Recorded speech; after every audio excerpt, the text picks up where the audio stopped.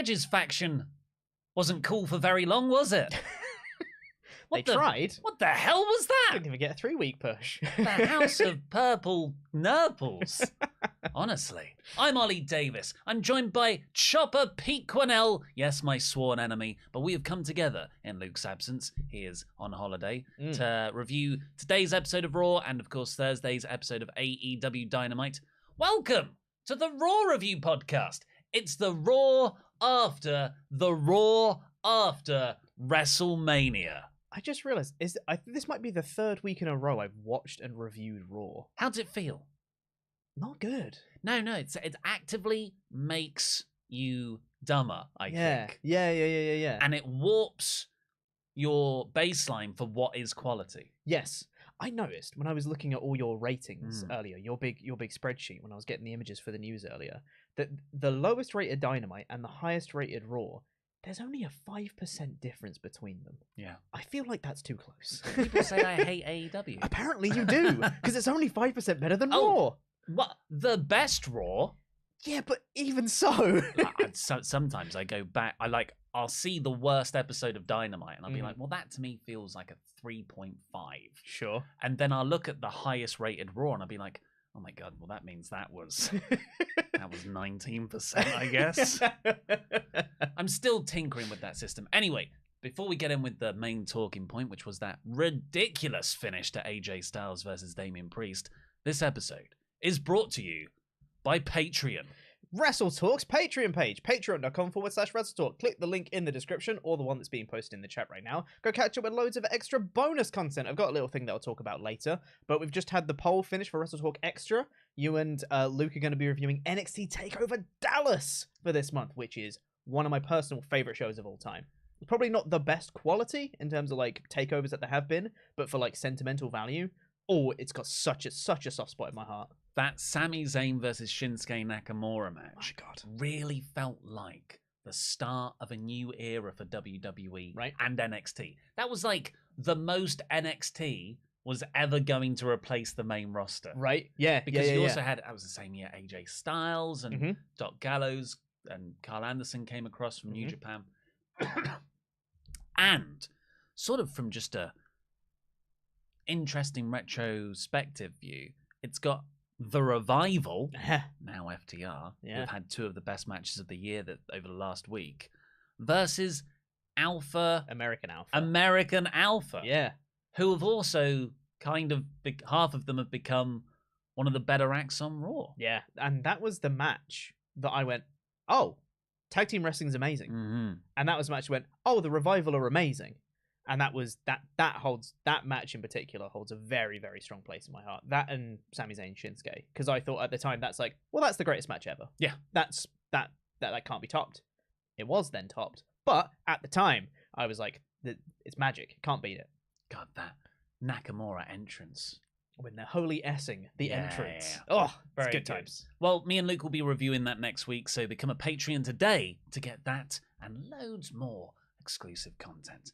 This episode of Raw I was just saying to Pete before we came on air, it felt like more happened on this episode than last week's episode that was the Raw after Mania. Although that doesn't mean it was any good. No, it just felt like maybe there was more things that happened, but I don't think any of them were noteworthy in particular. There was a couple that I think were noteworthy, but just because there was more segments or things that happened doesn't make it good necessarily. Yeah, you had Tommaso Ciampa's call up. You know, you'd expect that for the Raw after Mania, and Ciampa did re-debut, but it was in a nothing backstage segment where he wasn't even the focus. Yeah.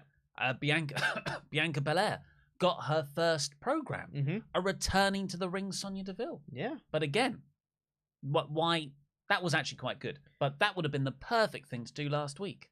Yeah, it really would have. And I mean, I've got thoughts on that segment as a whole. The reveal itself was very good, but I've got thoughts and feelings about the whole thing. But I feel like one of the things that people were more excited about coming into this week, you had Cody Rhodes' first match back, first TV match, I should say, against The Miz going into it. You had a couple matches that were announced that didn't happen for various reasons. Protocol. Rhea Ripley is in protocol, whatever that means. But a match that people were really looking forward to, AJ Styles versus Damian Priest, because new cool faction. And last week they had a pretty cool promo. I liked the reason that Edge gave why he and Damian Priest were kind of coming together. The fact that they both turned heel on the same show was a nice little callback, and him saying, you know, Damian's someone who's struggled to find his true self, and he's been trying to please the fans for a while, and now we've come together. That was really cool. The House of Purple got this new character on a nice high. But this match started off really well. I thought it was really fun. AJ pulling out all the big stops. Yeah. Pulling out all the big stops, all the stuff, the flippy backflip DDTs and the is it Uchigiroshi or the other one? I forget what he does. Yeah. Phenomenal stuff. Phenomenal AJ Styles stuff. But then Damian Priest counters a phenomenal forearm. AJ goes for the springboard. He kicks him off the ropes, and AJ falls to the outside. Damian Priest then looks around, kneels in the ring, and gestures upwards as the lights go out and a purple spotlight comes onto him. House of Purple stuff, right? Ooh, spooky dooky. And it cuts to an ad break. And you're like, that's pretty stupid. But whatever. Fine. I feel like they've done that sort of thing before, and it's just like, ooh, I'm a creepy lighting man. And then we come back after the break and AJ's working him over. Yeah, and it's just right back into the match, right? Yeah. It's stupid, but sure, whatever, let WWE do their stupid stuff. The problem was, he came back from the ad break, and the match was over. I was so confused. I was like, what is wrong with my illegal stream? How can I not? Have they cut out the end of this match? This bit. Yeah. And no, it was just, that was it. That match was over. And then AJ Styles did a promo backstage being like, I wasn't finished. It was like, so why did the match finish then? What? AJ's promo to whoever it was, I can't remember the interviewer. It was like, but no, you're blaming people like it wasn't in your control. What did the purple light do to stop you from just getting up off a boot and beating the crap out of Damian Priest? I don't understand how this got approved. Because it's them not wanting either of them to lose and doing the worst out of it. Because you could have done a DQ finish, double count out, could have done no contest. Well, technically this was a no contest. But just having, you know, both of them brawl out of the arena or anything, and it still would have been not great. But this is like treating your audience like idiots. What is the reason for the no contest? Let's just start like, so in my mind, Priest kneels down, lights, and then the lights just come up normally, and Priest walks out, and AJ's like, dude, what happened there? And he walks out as well. Why wouldn't AJ get in the ring and do a countdown? I'm looking at this from a kayfabe perspective. So from a kayfabe perspective, it shouldn't have been a no contest. I reckon in kayfabe, it's supposed to be a little bit Bray Wyatt-y, teleporty, where the lights go down, Damian Priest is gone, so he should have lost by count out. I reckon. In kayfabe, that's what happened when it went to ad break. That's a speculation on my part. So we just missed. This is the thing. It still wouldn't be good, like you said, but at least it would have an actual finish, as opposed to just looking like an error. Yeah. So I guess I don't want to advocate for Priest to disappear on screen. Yeah, he shouldn't be doing that. I mean, freaking just purple lights, blackout, come back up, there's no Priest. But then what does that achieve? Because Priest was dominated the entire match. He was. I thought that was part of the fun of it. AJ was really going for Damian. I'm like, oh man, this is great offense from AJ's making everything look great. Love that fire. And then Priest can start to work him over off of that big boot. Yeah. But that's the moment when Priest disappears. I mean, why would Priest disappear there? I don't think that's much better, honestly, because I think what he needed, or maybe should have done, was if they want to do the light, they shouldn't have done the light thing in the first place. But if they really want to do the purple light thing, the rules of this game, you have to have the light thing in. Okay, if you're gonna have the light thing in, then the light thing should be what distracts AJ Styles to give Damian Priest the way to start working him over. If that's what you want to do, have the light thing happen, and he hits a big move in the spotlight, and then the lights go back to normal. No, you've got to wrap it up. You got to wrap it up. The lights have to lead directly to the finish. Then Damian Priest should win using the lights as a distraction. And he should hit the Reckoning in the spotlight. He looked really bad because he didn't get any other offense in the match. But... Yeah. But he won the match. But he won... In your version. It's a finish. And it puts over the new faction. And the colour purple. And it's a distraction finish, so it sort of protects AJ. It's still bad. The lights are bad. This is the conclusion of it. The lights are bad. I don't have a problem with the lights. In matches, I do. As part of their entrance or when they're doing promos, do it by all means. Don't just have them come on in the middle of a match. That's bad. I agree, but I also don't care. Yeah, that's fair. My problem with the match is that it didn't finish. It just ended. It didn't even end. For reasons unknown, it just ended. So, okay. Tommaso Ciampa, let's talk about this because we can kind of lump it in. Sure. Also debuted on this episode. Yeah. Re-debuted. The reports are that Edge's faction will maybe include Ciampa and Rhea Ripley. Mm-hmm. What is a better way to debut Ciampa? A nothing, aimless backstage interview segment where Ezekiel, Elias, and Kevin Owens are the real focus? Or Ciampa is the one who takes out AJ in the purple lighting? Right? That would have been so much better. Especially because I don't know whether they are going to include Ciampa anymore, honestly, in this faction. But if they are... They should paint him purple. Perfect. Like a Blue Man Group thing. Took the words out of my mouth. No. They shouldn't have debuted him here as a face. Because then that undermines the turn that he's going to do later. Because you're not invested in Tommaso Ciampa as a face on the main roster. It's a disconnect. You should just debut him as a heel. Impactful debut. Mm-hmm. Rather than, I'm here backstage. I'm on Ezekiel's side. And then they're going to try and include him in the cool heel faction. Which just doesn't... It doesn't work for me. They've undermined Ciampa and they've undermined his potential for joining the faction later.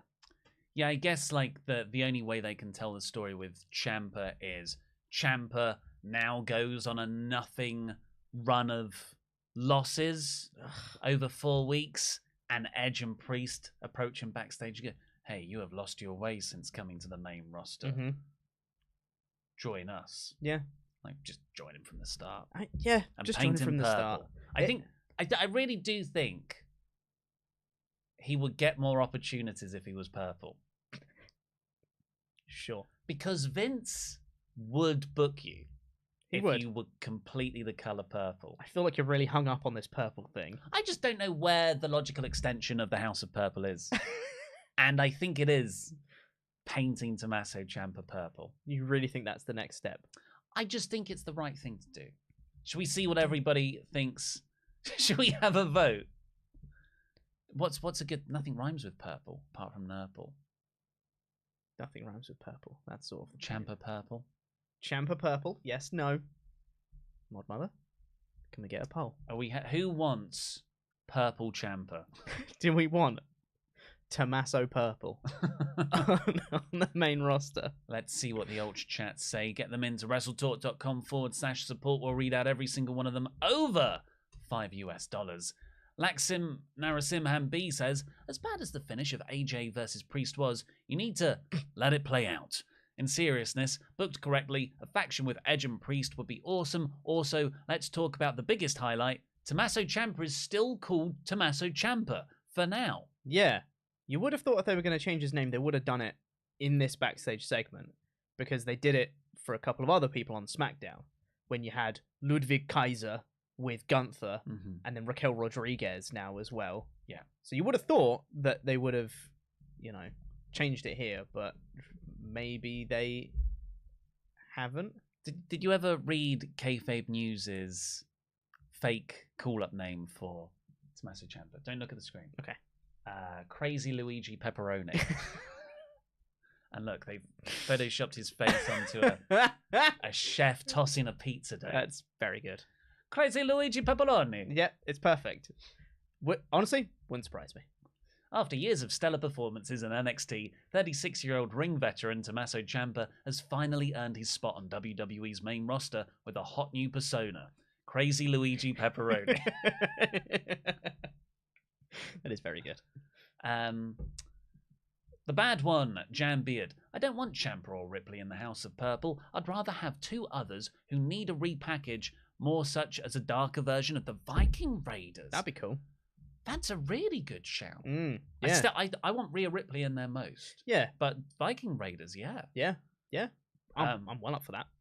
The reason I want Ciampa in there is because I think he is dead on arrival unless he latches onto something else. 100% agree. Not something I want, but it's just, WWE's track He will record. be. Yeah. A dark version of the Viking Raiders, and they can drop the Viking part of their name. Just the Raiders. Purple Raiders? Purple Raiders. Zoe Sung. He. The blue. Fear the blue. Everything shall fall to the blue. The blue world. The bludge. Lol, poor Edge. The Do you think the blooge? Do you think Edge is copying Blister? Sorry, Mr. Kajili. That's funny. Because, he summoned a color, light, and one with spooky crap. That's true. And Matt Carney says, instead of a binary choice question, allow me to ask what I call a quantum choice question. Does WWE only serve itself? Does WWE serve the audience and then itself? Does WWE only serve the audience, or does WWE serve itself and then the audience? I'm not reading those again. WWE only serves itself. WWE only serves Vince McMahon. Yes. That's kind of what I meant. Vince McMahon is WWE. And then it serves business relationships that are due for renewal in the next year. Yes. Because if you're tied into a contract for 5 years, they do not care. No, not even a little bit. That is guaranteed money. Yep. Already got the money. Yeah. What do you need? Before we get on with the rest of the Raw review, let's have a word from our sponsors. It's our Pete. It's our own Patreon page. I got torn between saying it's our Patreon page and it's our own Patreon page. WrestleTalk.com. Nope. Patreon.com/WrestleTalk. I am butchering this plug. I did a thing recently, Ollie. For my own admin, I was keeping track of all the WrestleTalk extra shows that there have ever been. Because I realized that when I do post about it, I say, the previous episodes that we've done for this month are this, this, and this, and I need to keep track of it. And I realized that I was completely beholden to a certain feature that Patreon has, and if they ever take that feature out, I'm going to be stranded, right? Smart. So I was like, I'm going to get ahead of the game, just in case they ever take that out. I'm going to make a little spreadsheet with all of the episodes there have ever been of WrestleTalk Extra. It's a lot. Yeah. Oh my god, it's a lot. Wait. Look at that. There's so many episodes. You can't read them from where you are. That looks like a Wikipedia page with all those hyperlinks. It kind of is. I'm going to read it and see what my favorite one is. So many. Yeah, please just shout at the camera. So yeah, looking back to 2017 going onwards, there's so many episodes. I think I counted it as like 54 or something like that. 53. Really? Yeah. There's so many episodes. Because, I mean, you've done 4 complete years of 12 months, right? Yeah. So that's already, what, for lots? 48? I would say the most interesting one we've done, unsurprisingly, is Survivor. We've done Survivor Series 97. You've done Survivor Series 97. Yeah, so Bret Hart stuff. Yeah. Because Luke did a really good job of getting all the bits and pieces together. Yeah. Also, last year's Bash at the Beach 2000, which was sort of the end of WCW. Luke put all the stuff together there as well. And then maybe No, still Bash at the Beach is my favourite one, mate. Yeah, Bash at the Beach 2000. It's got Scott Steiner just being mental. Well, the weird thing is, Ollie, all of those shows, 50 plus shows, you can get them all for $5. What? That's insane. That's all so of that. much content. That's so much content. Because each of them are like 3 hour plus deep dives. They're often longer than the pay-per-view we're reviewing. Exactly. And you get to review the whole of those shows, which get voted on, get suggested by our Pledgehammers, get voted on by the Pledgehammers. So then you just review whatever show they want to see for that month. And you get all of those shows, $5. What a deal. That's an awful lot of content for just $5. So people send in Ultrachats for, $5, $10, whatever. If you put that to Patreon, you get all those shows. Look at all that content. It's the best way to support us. If people, sometimes people are like, how do I support you guys? It's Patreon. Yeah. Obviously, if you don't have the money, the best thing to do is to, subscribe, like the videos, turn on notifications, all that stuff. But if you have any money to spare, the best thing to do is to support the Patreon page. Patreon.com/WrestleTalk. Loads of extra bonus content. And later this month, to add to that collection, will be NXT TakeOver Dallas with you and Luke. Cannot wait for that one. Such a good show. Right, this episode of Raw began with a Cody Rhodes video package. I was like, I've seen this one. And then they added on the recap of last week's Raw. It just says to me, WWE are actually committed to pushing Cody. Yep, they sure are. They really care about getting him in. This week. Yep, give it some time. Give it some time. But then, the first 2 hours of this show were the Cody show. The first... The Cody Zone is back. But that's the problem. It's not, is it? It's not the Cody Zone. No. There's only Cody out there. Mm-hmm. There's no terrified animals. No. There's no Arn Anderson with a gun. With the Glock. With the Glock. Love it. There's no random celebrity involvement. Yet. It's just Cody. And I love Cody, even though he sort of said one very direct thing for 6 years and then went completely back on that one thing he said for 6 years and then expects me to just believe anything else that comes out of his mouth. But sure. I really, really enjoy Cody on screen. Yeah. And I'm not being facetious. I meant everything I just said there. But weirdly, I also still love him. And I thought this opening segment with Miz, a Miz TV segment, was the best thing on the show, I think. Yeah, I think it was probably up there. Yeah. The final moments of the tag main event maybe pipped it in excitement, but like the interaction between Cody and Miz here was excellent. It was really good because it felt significantly more real than a lot of other WWE segments. It still didn't completely feel, unscripted or off the chain or whatever, but Cody coming out and as they mentioned in the promo, having the dynamic of someone that has changed and evolved so much in 6 years versus someone who hasn't changed in like 10 years in The Miz was such a nice dynamic to showcase. And you'd be like, you haven't changed a day. You think I'm the same? And he looks different, he acts different, he's a much bigger star now, got different entrance music, like he was gone, he's come back, he's a completely different person. And Miz being the WWE guy was quite like a nice contrast to have between them. I don't know. I really like this segment. I don't know if we needed it ahead of their match. And also, I preferred this to the match. The match wasn't bad. The match was a match. It was fine. It was a good Miz match, which means it was fine. Slightly interesting normal match. Yeah, exactly, yeah. Which was fine. And I think in your edited review, you mentioned that you were more interested in the dynamic between Cody and Miz than you were Cody and Seth, which is what was set up later on. And I'm really surprised by that. When I saw that Miz TV and Cody was the announced thing for this show, I was like, oh, God. But I totally reeled me in. I don't want to see a Cody-Miz feud. I liked this as a 1 week stepping stone. To a further Seth program, because I think that dynamic is nice as like a, acknowledged the difference between the two of them. He can beat him and off he goes. I don't need to see them keep interacting. I don't want Miz to come out next week and be like, oh, he beat me and I'm gonna have another match with him and all that stuff. I just want this was a nice progression for Cody to go on to another Seth match. Because so what happened, sort of the main event of the second hour was Cody versus Miz. So 2 Cody segments on this episode. They really are concentrating on 2.5, really. Yeah. Because then you had the promo afterwards. And Miz and Cody, I think, was 7-10 minutes. Nothing really special, but Cody won with one crossroads. But Seth Rollins had come out at the start. He was sitting by commentary, and he challenges Cody for the match afterwards. And I think maybe I'm not particularly excited about seeing Cody Seth number 2. But I get what you mean. Like, Miz versus Cody would have run pretty dry, pretty fast, probably. Yeah. But they really surprised me how good this was. But maybe I'd feel better about it if Cody was going on for a match against someone else, because I like the unspoken thing of, this is AEW versus WWE, in the same way that Chris Jericho's faction in AEW is. They're a WWE philosophically aligned force against the pro wrestling of AEW. Yeah. And weirdly, of course, WWE have booked AEW as the babyface in their own promotion. They don't know any other way. No. But is Seth the guy to embody sports entertainment? No, Miz is.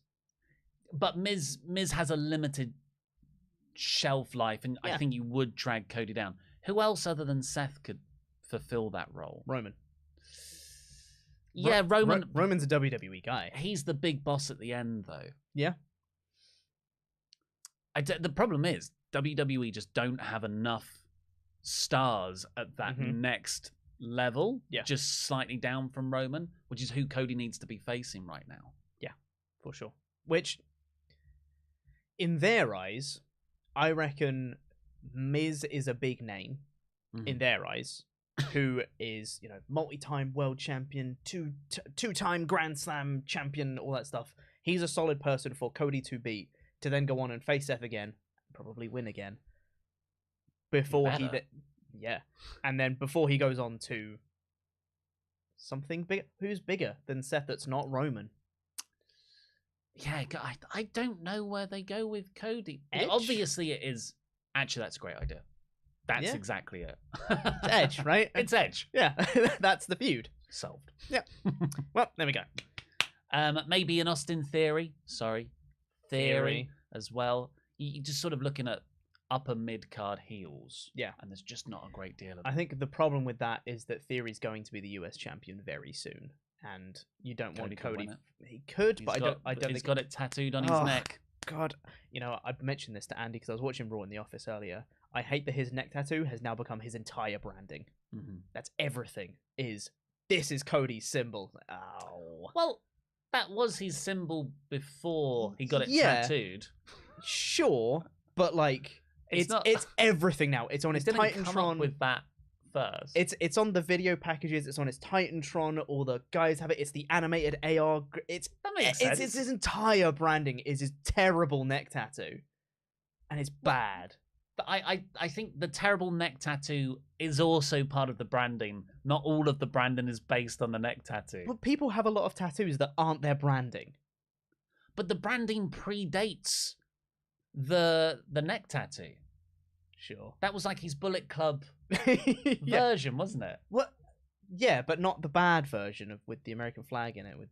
I'm just saying, if this was a copyright case between Cody's neck and Cody's career, Cody's career would say, well, we had it first. Yeah. But back to Seth versus Cody. What was I going to say? That's happening at Backlash, by the way. That's official. WrestleMania Backlash. Yeah. That's what I was going to say. Seth has been not uncharacteristically stupid, but overtly anti-AEW in interviews the last couple of weeks. Yeah. To the extent where he's saying, like, we're the big leagues. This is where the best wrestlers, he said, best wrestlers, sports entertainers, whatever you want to call them, this is where they come to see if they're going to hang at the top level. And when he said that, I thought that's a weird thing to say. But now it's like, oh, maybe that is pre-character work for him to be that guy that Cody needs to be. It's just, I'm not super invested in it because I've seen the match. You've already seen it, and nothing's changed, really. Like, Seth has the excuse as the heel of being like, well, I wasn't ready, you were a surprise opponent. But that's not enough of a reason to see a rematch. Nothing's changed in their characters or dynamic at all. It's just the same match again, which I guess is sort of the point of Backlash, but that's just bad branding, but whatever. It's whatever. I also quite liked in the Miz Cody match, I can't remember which commentator it was, said that Cody's been away for 6 years. He's been waiting for this for a long time. And I was like, what, to face The Miz? The Miz. We didn't cover this, actually. One more thing. In the Miz TV segment, Cody would say stuff like championship belt, wrestler. And Miz would shout over the top of him, superstar, title. Yeah. I think he even said, like, a belt is what you used to keep your which hands is up. a classic Vince McMahonism. That's apparently what he says backstage. Definitely, yeah. Dave Meltzer said that is all scripted, by the way. It's not like they're going out and going off script. This is a carefully very cleverly orchestrated stance. He's definitely the outside WWE guy coming in and not doing the WWE things and using the right WWE terminology. He is AEW for all intents and purposes, but it's a weird half parody, not quite right version of AEW Cody. Yeah. It's doesn't weird. have a dog. Or maybe Brandy's reportedly coming in. I don't want to see that. That'll work. Yeah. Dominic Mysterio took on Veer Mahan. This was meant to be Rey Mysterio, but protocol. They don't mention it, I don't think, on this show. For Rey. I don't think they mentioned it for Rey. They only did it for Rhea. Well, he's off. He was off. Anyone who's off randomly, you can't. Usually we can get angry at WWE for false advertising and stuff. I don't think it was this. Yeah. I would have thought, though, that they would have maybe mentioned it. Hey, the scheduled match was Rey Mysterio versus Veer Mahan, but he can't be here, so we're having Dominic. So they just said, Dominic Mysterio got beaten up by Veer Mahan last week. Let's see if we can get some payback. It's like, no, you advertised something else. Are you going to reference that ever? Did they say why Rey wasn't there at all? Because it was a bit awkward. Not that I heard, anyway. When Veer started beating them up, and everyone from the back, all the security and officials, had to separate them, and they stretched them out. And I was like, oh, Rey must be having a poo. Yeah, like, it's just gone.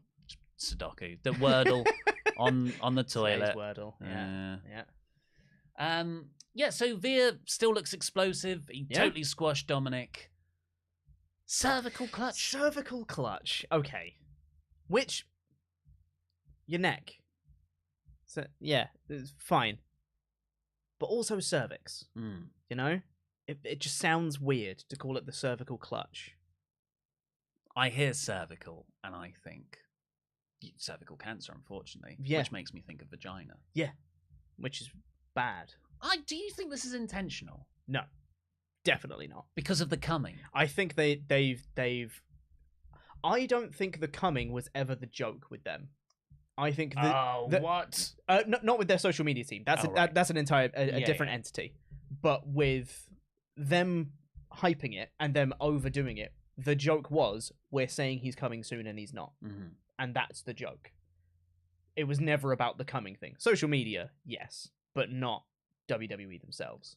You don't think a writing team member just pitched this as a joke?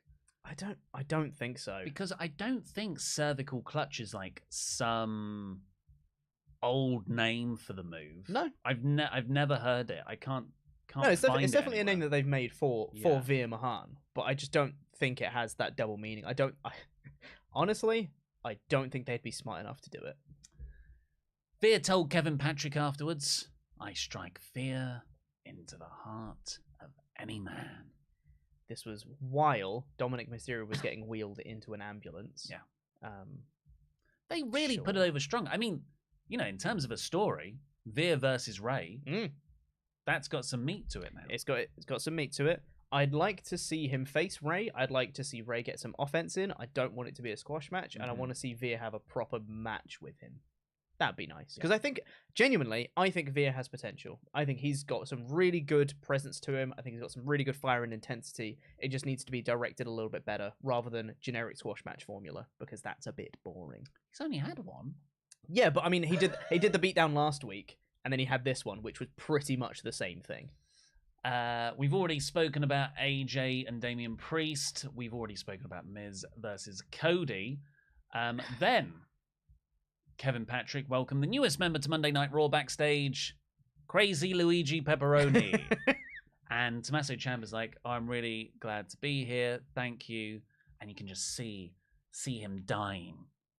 He was like, I was going to be NXT forever. And then it had a midlife crisis.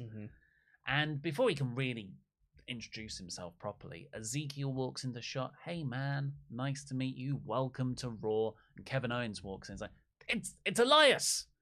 And everyone, Ciampa, Patrick didn't really say anything, but they're like, no, this is his younger brother, Ezekiel. And everyone walked off. So this was a perfect continuation of the Ezekiel story. It's exactly what I wanted to see, of everyone saying, no, this is Ezekiel, and Kevin Owens be like, am I the only one that's going crazy? Perfect. It's great. And he had a backstage segment later with Adam Pearce, Sonya Deville, which was also perfect. Exactly what I wanted to see out of it. Where they booked a lie detector test for next week on Ezekiel. which is Perfect. very good. Looking Perfect forward stuff. to that. What a waste of Tommaso Ciampa. Yeah. What a waste for one of the best NXT champions of all time. For him to come up and do nothing. All he said in this promo was, "No, that's Ezekiel." He didn't even get a word in before Ezekiel came in to introduce himself to Ciampa. What are you playing at? Why'd you put Ciampa in this role? I long for the days of Aleister Black, Ricochet, Mm-hmm. Johnny Gargano, Yeah. and Tommaso Ciampa on Raw Oh, for 2 weeks. when Ciampa and Gargano were teaming together in the middle of a blood feud. Ugh. Total waste.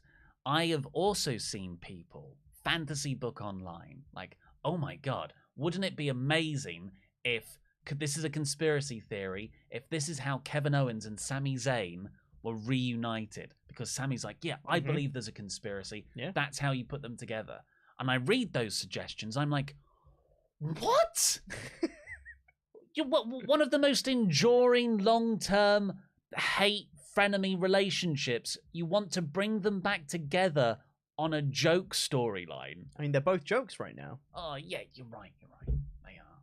Like, it would fit. And they're currently both jokes. It just feels to me like Miz and R-Truth versus The Rock and John Cena kind of storyline. Hey, man. Don't knock that story. I loved it at the time. Well, very excited for Ezekiel's next step. Yes. Liv Morgan, after beating Sasha Banks on SmackDown, lost to Naomi here. Okay. So, obviously you've got circumstances out of your control. Rhea Ripley wasn't there tonight because she's in protocol, whatever that means. So you had Liv Morgan versus Naomi, which I think is a smart move after you had Liv Morgan versus Sasha Banks on SmackDown. And I said this on my SmackDown review as well. I really liked that Liv Morgan beat Sasha Banks. Yeah. Because it's a champion getting pinned, yes, but it's a tag champion getting pinned in a singles match. Liv Morgan only just managed it with a roll-up. Sasha Banks hit a massive superplex, and then Liv Morgan just managed to roll her off the superplex. That was good. And it makes Liv Morgan a much more sympathetic babyface, because she is fighting and clawing for this team that Rhea Ripley will be leaving. We know that the split's coming. It's been foreshadowed quite a lot that Rhea Ripley's going to walk out on her and turn on her. It makes her a more sympathetic babyface to have her scratch and claw to get wins and get momentum for her team, and Rhea Ripley's just going to turn on her and abandon her. That's great. So what you do in this match is you do the same thing. You have Liv Morgan win, and Scratch and Claw only just get the win and scrape by, but she's getting momentum for her team, and that's great. And then she lost. Why? That's the opposite thing you should be doing. Well, I'm pretty sure you can't actually have a title match unless you lose to the champions. That's right. So they had to go back on that. Yeah. Naomi won in a few minutes. VIP lounge for Amos and MVP, but Bobby Lashley came down first. He definitely has crowd noise piped in his entrance, right? Yeah. It's at the, most people do. sound. No, but Bobby's is so blatant. Oh, yeah. Ray! Yeah. Ray! You know, it's the same audio file. Do you know they altered the Sammy Guevara segment from Rampage? I thought, because I watched that and I was like, this sounds not like the live reports. Yeah, a lot of the live reports saying they got booed heavily. And if you watch Rampage, you would not have heard that. Wow. Don't do that. It's bad. Well, listen to your fans. That's it. Listen to your fans, but maybe don't. If you've got a pre-edited show, don't alter it. It's bad. We criticize WWE for altering the sounds. Don't alter the sounds. Fine. You hate AEW, Ollie. No, I'll go to bat for things. If it makes it better, I'm all about, sweetening some stuff. Sweetening some stuff. Sweeten the stuff. I but, disagree. It has to work visually. If you're showing me shots of people going, boo! Yeah. Doesn't work. I think sweetening's fine. If people are cheering and you make the cheers louder, that's okay. If people are actively booing and you say, no, they're cheering, it's like, that's a lie. You are lying now. It's like studio applause. WWE can get away with amplifying their attendance records. But if they just said, in a crowd, in a performance center, 70,000 fans, you'd be like, well, that's a lie. Unfortunately, what they couldn't sweeten out was the what chants on Bobby Lashley, because there's a reason MVP was with him. Bobby is a fine talker, but he is nowhere near as good as he is a wrestler. So that's why you package him with a manager. Be it Leo Rush, pointing at his butt, or MVP, which was an excellent team. So they broke it up. course. MVP came out with Amos. Amos did not talk at all, and MVP cut a great promo, I thought, and said he was responsible for making Bobby what he is now, and Bobby wouldn't share his WrestleMania spotlight with him. And yeah, Bobby just started trashing the VIP lounge. I loved MVP's promo. I thought it was really good. I actually quite liked the back and forth that you had with Lashley. It felt a bit more real because they were kind of talking back and forth a bit rather than I'm going to say my thing and I'm going to say my thing, which is really, really good. And MVP's kind of like fire was like, I made you and all that stuff, like properly screaming at him, stuff like that. It was really, really good. Got the emotion over. I almost felt like the third wheel here, which is weird because I thought that would have been the person they would have been trying to elevate out of it. And MVP tried to be like, oh yeah, we're talking about the past. Let's talk about the future. Here's Omos and he's going to win. And I was like, it's not quite capitalizing on that emotion that you had. So that didn't quite work for me. Also, I want to see Lashley versus MVP. Exactly. That's what I got coming out of this was I want to see Lashley versus MVP. And also I know this is probably a nitpick and we don't have time to talk about all the pacing issues on the show, but this one really wound me up. When Lashley came out and then it cut to an ad break and it came back and then the VIP lounge was set up. And it's like, it's supposed to be the VIP lounge with MVP and Omos. Why did Lashley come out beforehand? And why did they set it up after he was already out in the ring? That doesn't make any sense. And it's him like, I've invited myself. It's like, that's not how any pacing works. But they just wanted Lashley to have an entrance. Well, this is a nice segue into the 24/7 title picture. So we've had dual proposals. Akira proposed to Tamina, and Reggie proposed to Dana Brooke. And this is the Bachelor and Bachelorette parties, or Stag and Hen, if you are in Britain. And they had the Bachelor party stumble out what was meant to be a club, but it was just a backstage room with some sort of velvet ropes next to it. I'm like, okay, whatever. This would have felt better if it was an actual exterior of a real club and you properly filmed it.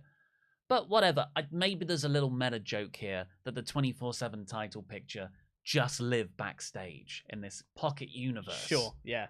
But then they go to the Bachelorette party and they've dressed up the whole backstage like a proper bar. Like, what? It doesn't... There's no consistency. Because they didn't have to show you. They were coming out of a bar, so they don't have to show you that. But then they went into a bar for the women's stuff, so they got to show you that, so then they have to dress it up, you see. It's bad, what it is. It's bad. This was quite fun, though. It's both depressing because people like Nikki ASH are now in the 24/7 title picture, but it was also annoyingly fun.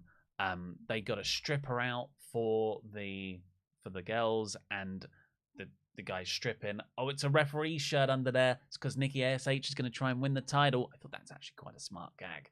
And everyone brawled, and R-Truth reveals at the end, love is going to get us through this, which was actually quite sweet. And then he said, I'm an ordained minister. I'm going to marry you all next week. He won't marry them all in some polygamous, weird 24/7 title thing. Will officiate the marriage, which means we've got 2 weddings, hopefully in the ring, and always a good time, a wrestling wedding. Counterpoint. Hated all of this. I can't bring myself to care or laugh at the gags because a lot of them aren't very funny. I'd say probably about 90% of the gags in 24/7 title stuff aren't funny. Yeah.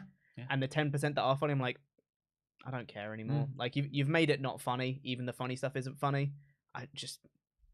Please stop. I can't bring myself to care about it. Where do you go after the wedding, though? Honeymoon.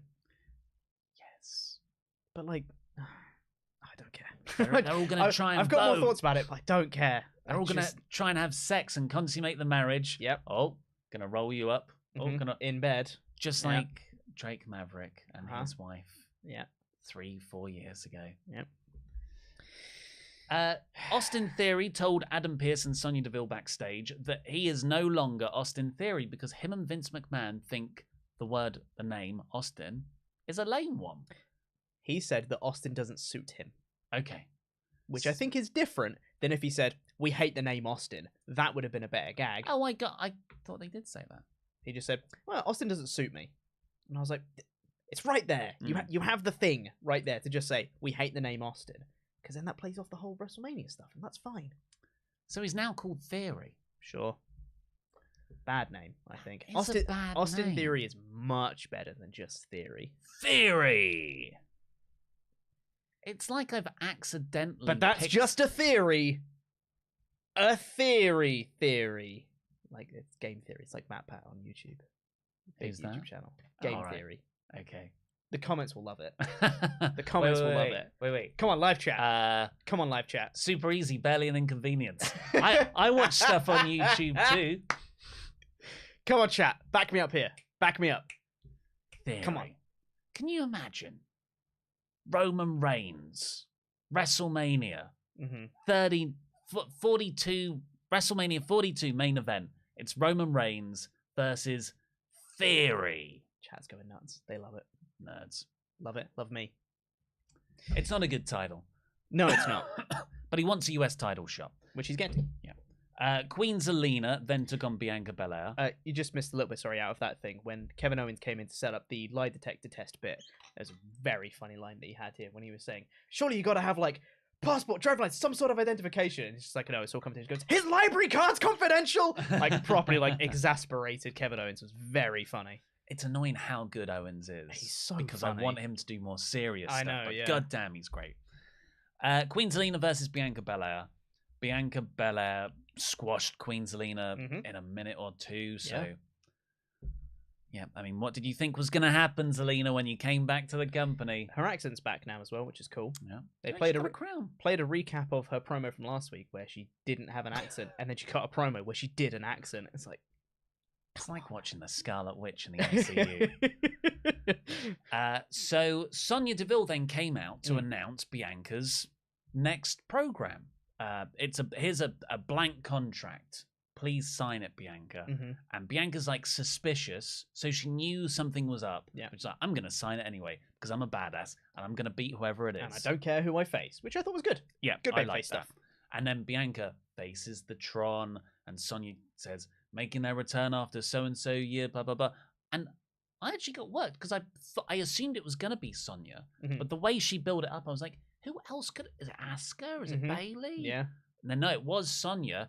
Chop block on Bianca's leg. And, yeah, Sonya is making her sort of more full in-ring return, and Adam Pearce was annoyed with her backstage. She's had a couple matches on SmackDown and wrestled at Elimination Chamber. It's not much of a return. She was in the Chamber match. No, she was in the tag match with Ronda Rousey and Naomi. Ronda. Yeah, And it's like, she has. It's not really a huge return. It's not a huge return, no, No. but it was definitely a soft return. Yeah, for sure. And you know what? I thought the reveal of it was really good. Sonya did a great job in this promo. I have a joke which I don't think I'm going to say out loud because I've got it written down there. Because because you know, like she fought against Naomi, now she's against Bianca Belair. Coincidental, I'm sure. She's an evil corporate stooge. What Sure. is she? I think this was what I was thinking about when Adam Pearce caught up with her afterwards and was like, "Why did you do that?" I thought, "What is your character?" Yeah. I know I know. Sonya's character. Yeah. She's gone a bit mad with power. Is your character Adam Pearce that you're not good at your job? I cannot. He just is a different character every show. Yeah, depending on what the story requires. of it. Exactly, because there was a weird thing on SmackDown where he didn't want to meet with Ronda Rousey, and I was like, that's a weird development for the character. Why doesn't he want to meet Ronda? And then Ronda interrupted another meeting he was having, and then he's like, oh no, I can't tell if your match with Charlotte Flair's official yet or not. And she's like, why not? And he's like, well, I need to hear back, and it should be by tomorrow. And it's like, why is he stalling? And then the next day on social media, it's like, well, it's official, and it's like, what? Why did he do all that? What was the point in any of it? He just says stuff. He just has characteristics for a week, and then he just goes again. Also, more pacing issues. Bianca Belair was in the ring for so long. My God. She came out, ad break, promo with Theory, promo with Zelina, Zelina's entrance, match. Sonya comes out, ad break, promo after. It's like... It's not a good show to watch. It angers me. After that, we got the sort of main event bit. showing how good Sonya and Adam are at their jobs. They hadn't properly booked a main event. This was 2 matches of the same story. RK Bro took on Alpha Academy. Love them together. Feel like I've seen it a bit too much. But RK Bro won pretty easily by the end. Randy Orton hot tag. Although Chad Gable took the draping DDT excellently. Straight down, flipped over. Then the Usos are shown arriving in a car backstage. They come down into the ring. They have After an ad break. They have a promo together, and the Usos we want to unify the tag belts. Fight us. Street Profits come. Riddle had some fun comedy about Thanos collecting all the Thanos collecting all the Infinity Gems. You're gonna get all the different colored belts. Was quite funny. It was good. Street Profits come down.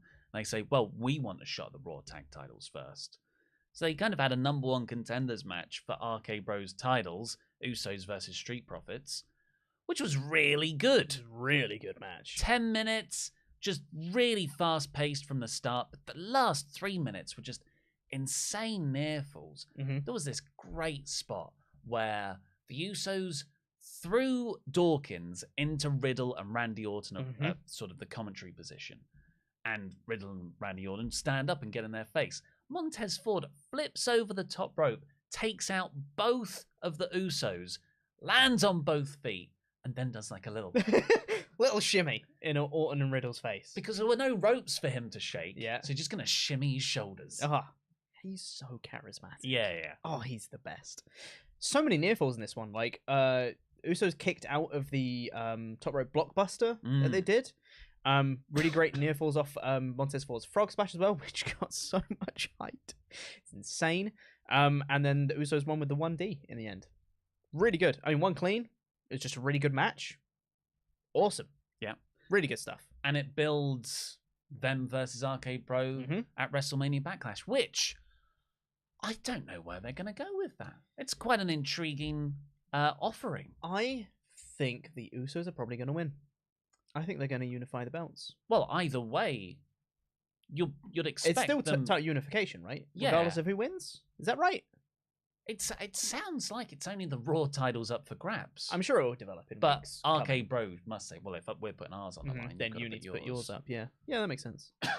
I'm intrigued. And you know what? I said this on SmackDown Review last week when Roman said we need to unify the tag belts. I'm like, that's a really intriguing B plot for the Bloodline. But currently, there's no A plot for the Bloodline. Shinsuke. There's not a compelling A plot for the Bloodline. I think it would be more interesting for the Usos to lose. Yeah. Just to see what that does to Roman's... Yeah, because, I mean, he's had a pretty solid setup going for ages. He's been champion. He's undefeated. Usos have had the belts forever. It would be nice to have, a chink in the armor to just be like, oh, how's he going to react to the Usos losing the belts? That would be cool.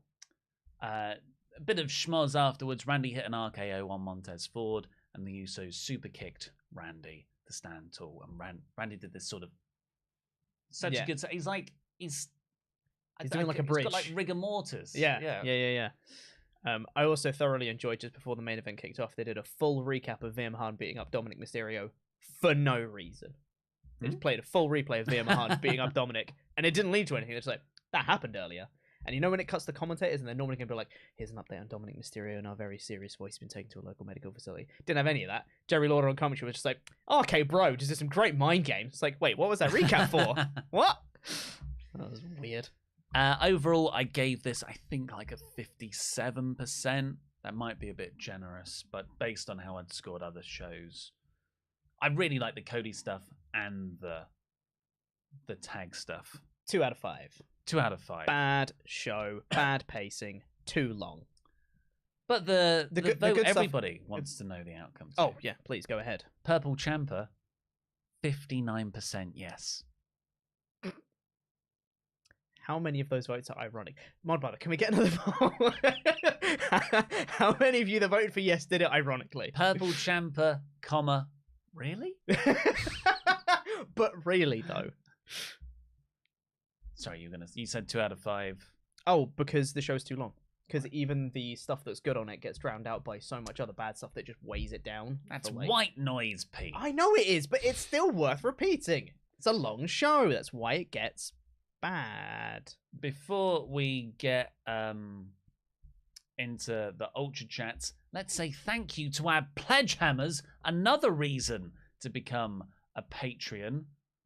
Where are my shout-outs? They're going to be on the podcast shout-outs. I'm getting thread. it, Pete. I'm 12. also getting it. Spider-Man's greatest villain, Dr. Dark 7. Need the Hall of Fame music. Hall of Fame music. Gotta go. I met right. Dr. Dark. Oh, cool. Why are we clapping? We just have the Hall of Fame music. Yeah, that's. Wait, 12th? God, I'm all over the place.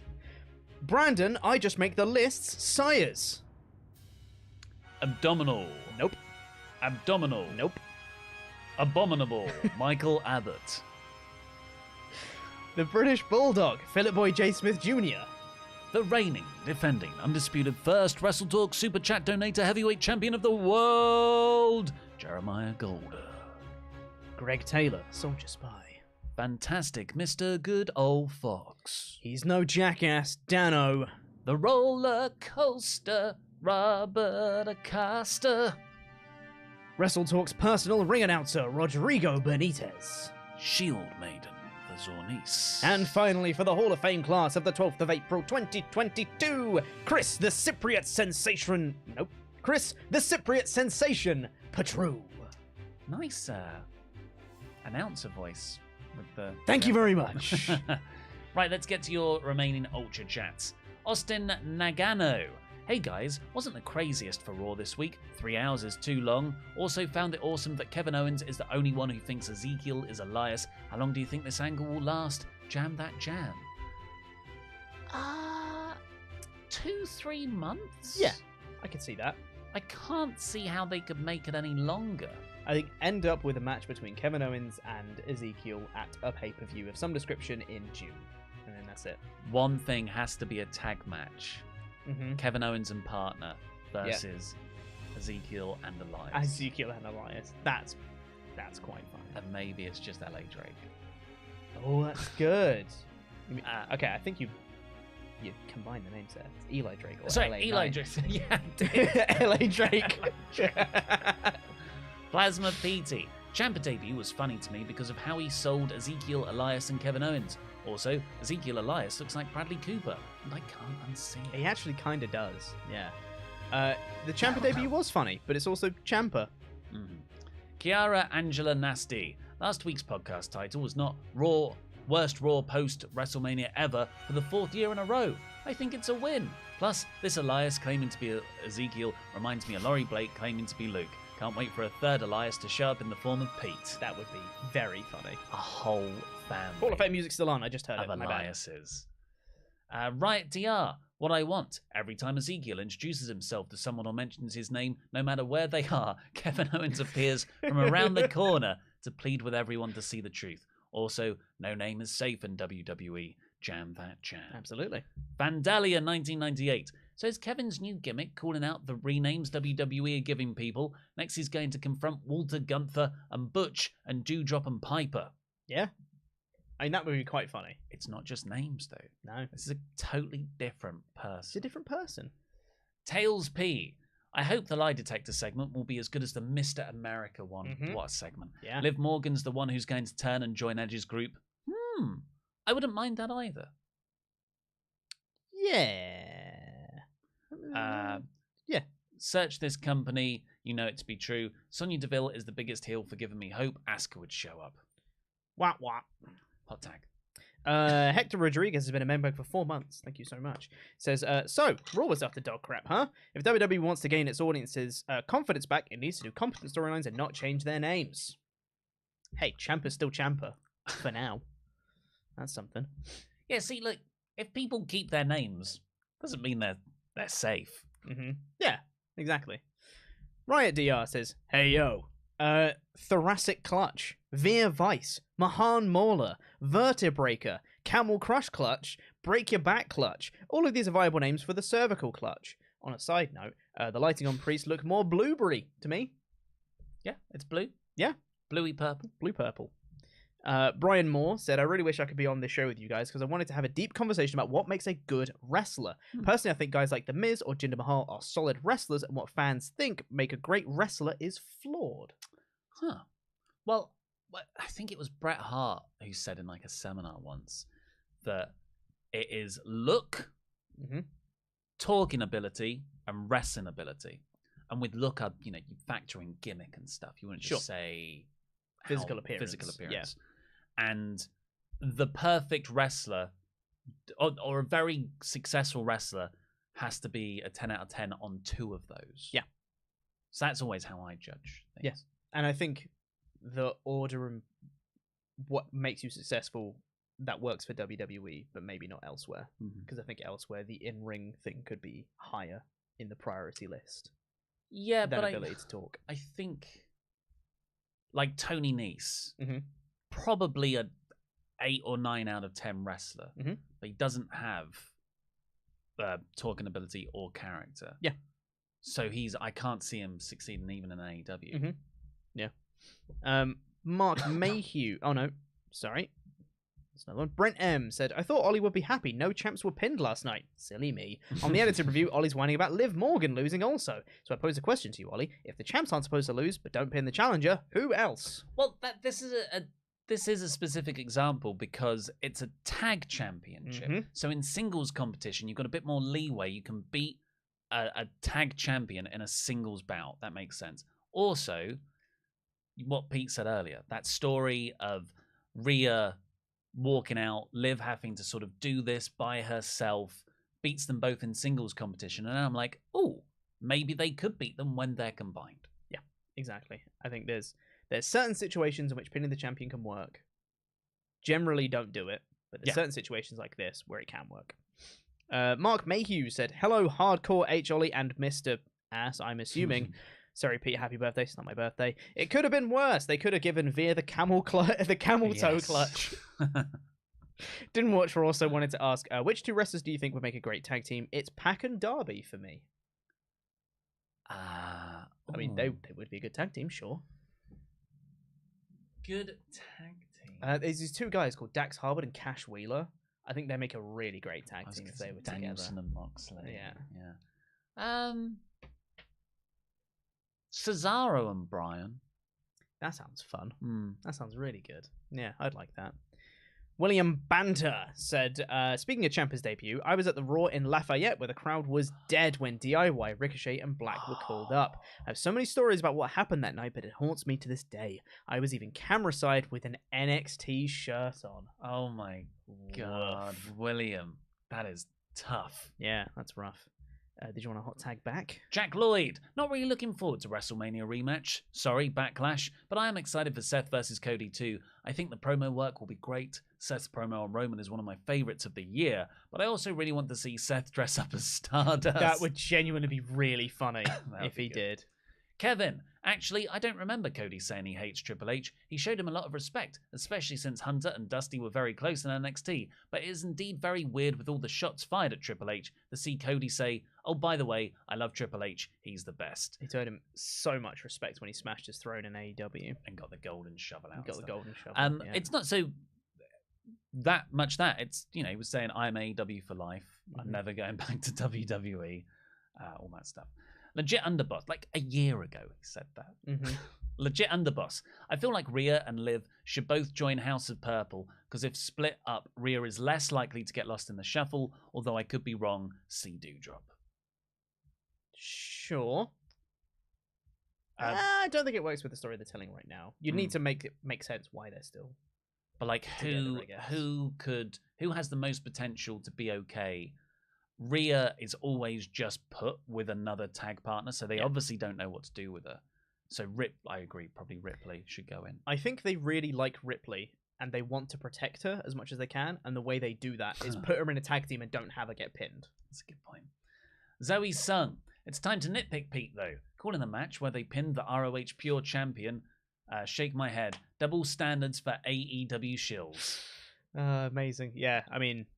You're right. They did pin a champion on Rampage, and just couldn't get over that they do that. That they pin a champion.